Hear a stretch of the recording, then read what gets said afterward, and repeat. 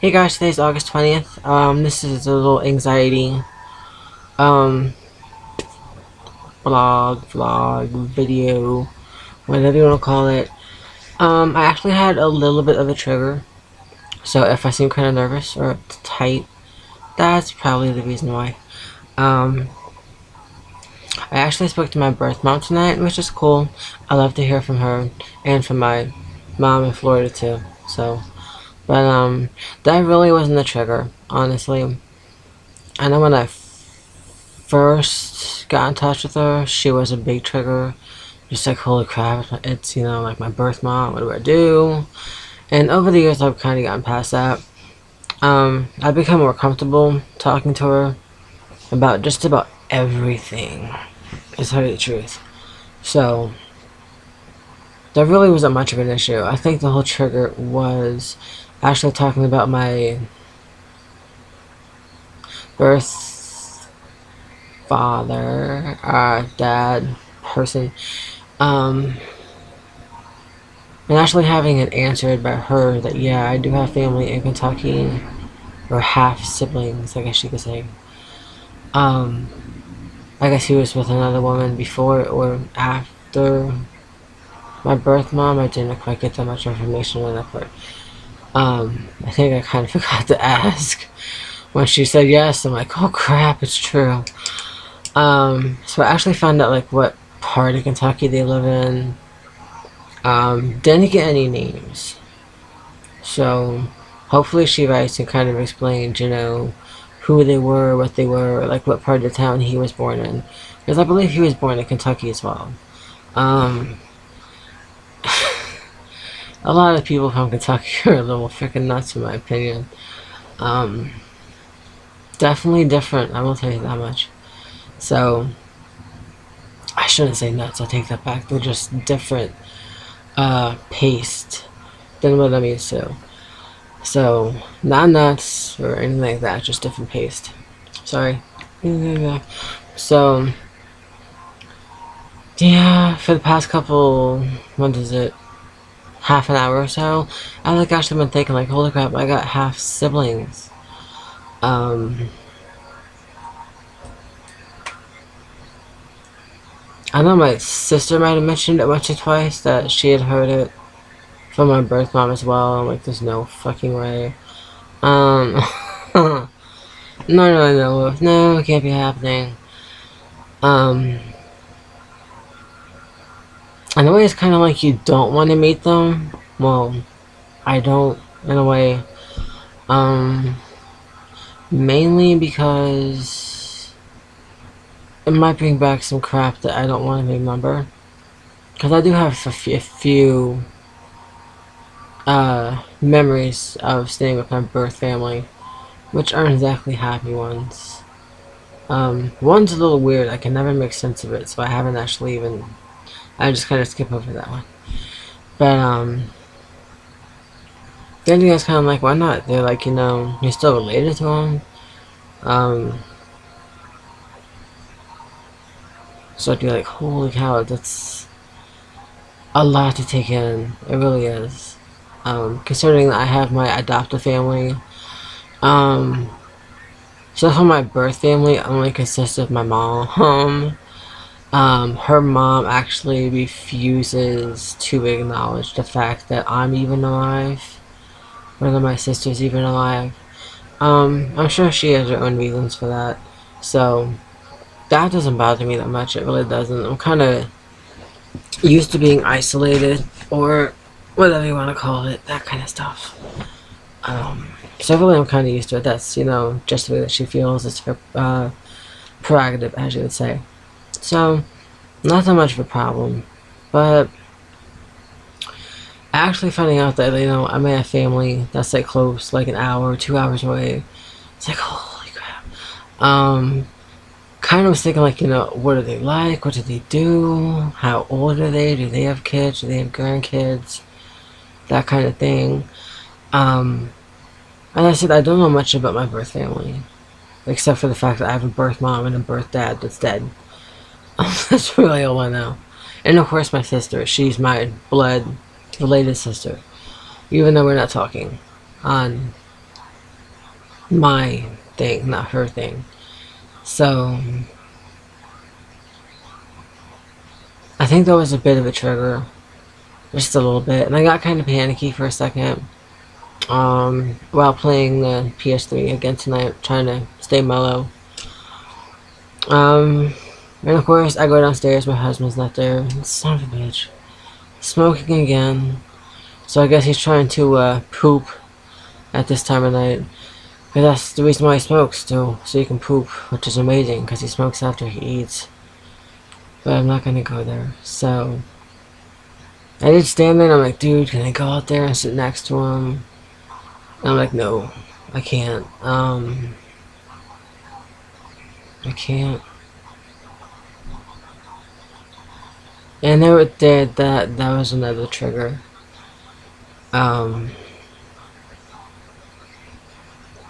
Because I finally realized that he never actually stopped smoking. I stopped smoking May 29th, 2011. Over a year ago. And it's finally smacking me in the face that for this whole time he's been bending the truth, lying, whatever you want to call it. And he's been smoking the whole time. And it triggered anxiety and fear and rage in like about 5 seconds. So I just stood there and I got the curtains open on the porch. And I'm just staring at this man smoking a cigarette. And all that I could think of was like, you fucking liar. All you do is lie.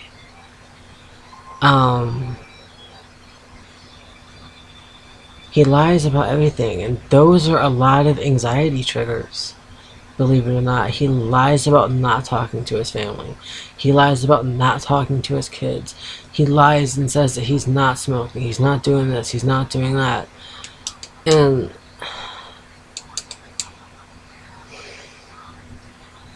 it's not the way a marriage is supposed to be. If anyone understands what I'm saying. So that did bring up a lot of anxiety. It's like, holy crap, if he can just lie about smoking or lie about talking to his sister or his nephew or his own daughter or son, what the hell else can he lie about? Because those are just tiny lies. So I would hate to think about the big ones. Oh my god, try not to right now. I think that's why I got on the computer, just to calm down a little bit, see if it worked. But I did have quite a few anxiety triggers. Finally found out that yes, I do have family in Kentucky. Half siblings. Trigger. Oh my gosh. Seriously, I'm in Ohio and they're in Kentucky. That's like right next door. Trigger for anxiety. Of course, it started to lead into a panic attack. I actually took my Klonopin like an hour and a half early. Just because I could feel it coming. My hands are still kind of sweating. And I still feel a little bit dizzy. So, definitely anxiety. And then I go downstairs to get support from my husband. And he's outside smoking. Again. And it's not that fucking hard to figure out that you've been smoking the whole time and you've just been lying to my ass. So that was a big trigger. Thank God the Klonopin's kicking in right now. Wow. So it's like I have a relationship with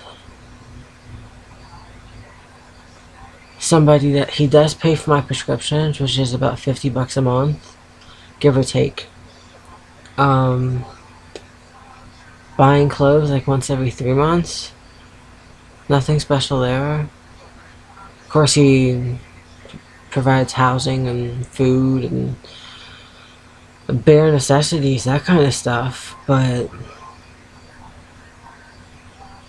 every relationship I've been in, they've always lied about everything, it seems like. Even the tiniest lies. Like smoking. Or smoking weed. They were like, oh, I did smoke weed. Dear God, you smell like you just walked through a... Not gonna go there. But, you know, why lie? I just don't understand this. And in a way, I'm starting to realize that it does have a lot to do with my past relationships. That kind of sucks. So that's kind of a big anxiety thing right there. Um, I think since I came off the Topamax, which actually made me hostile, and stuff, it's not actually for bipolar, but my psychiatrist did want to try it just once. He usually doesn't try stuff that's like off the path of the normal meds for bipolar. And I can say that I feel more alert, more awake, more like I can think clearly for once in like 2.5 years or more. God, okay, more. Definitely more. And it's like I'm starting to connect all these dots, and I don't like where the dots are leading me. Um, it does seem like a lot of what his family has said, or his kid, more than one, um, or his exes have told me, is like all of it's coming to fruition. It's freaking creepy as hell. Um,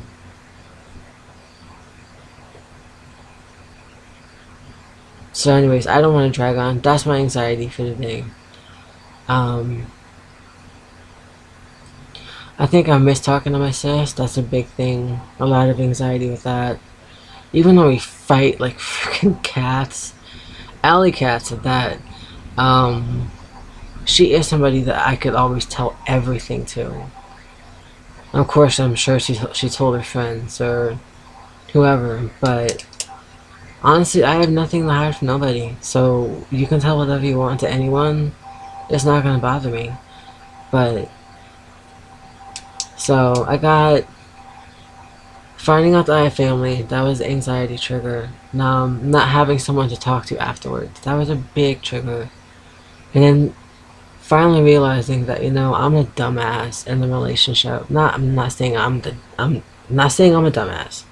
Um, I'm just saying I should have seen the signs. It's just like every relationship I've had in the past. He lies and manipulates so that he comes off as the perfect person, and he's not even close to it.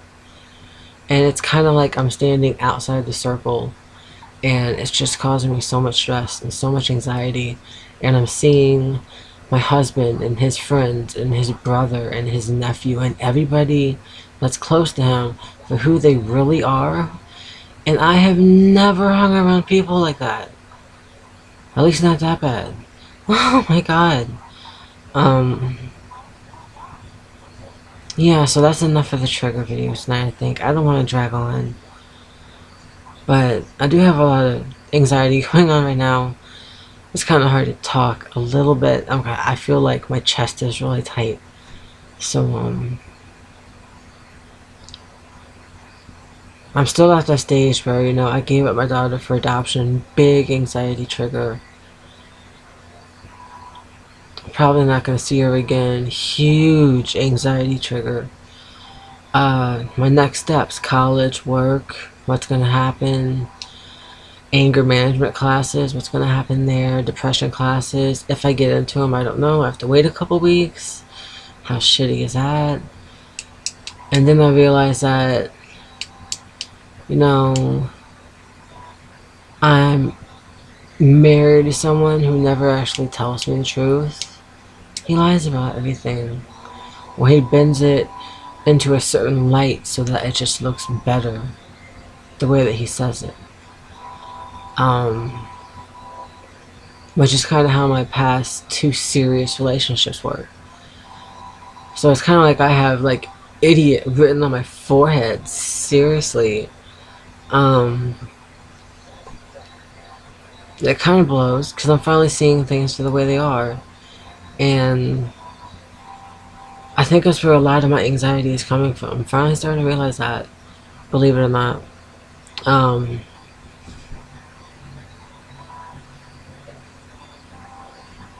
Because it's like he's a habitual liar. So how can you stay married to somebody who has to lie about everything? How can you be happy with someone who is never going to tell you the truth? How can you spend your life with somebody who you spill your heart out to, and he never even taps that? in return. Um, the sex is great for the most part. Um, for the most part, but there's more to a relationship than just sex, and that's causing me a lot of anxiety. Cause, as I mentioned, to me, being married is like having like the 2.5 kids and the picket fence crap and a dog. I mean, it doesn't have to be a perfect home or a perfect town, or of course, there's always going to be troubles and problems and complications and stuff like that. But this is just like non-stop BS that is happening with my husband.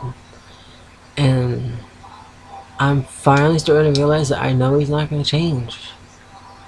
It kind of sucks.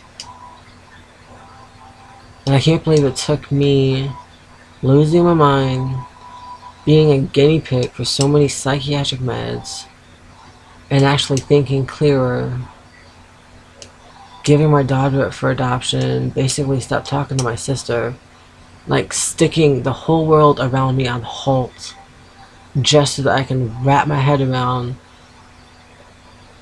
the biggest things I've just done in my life.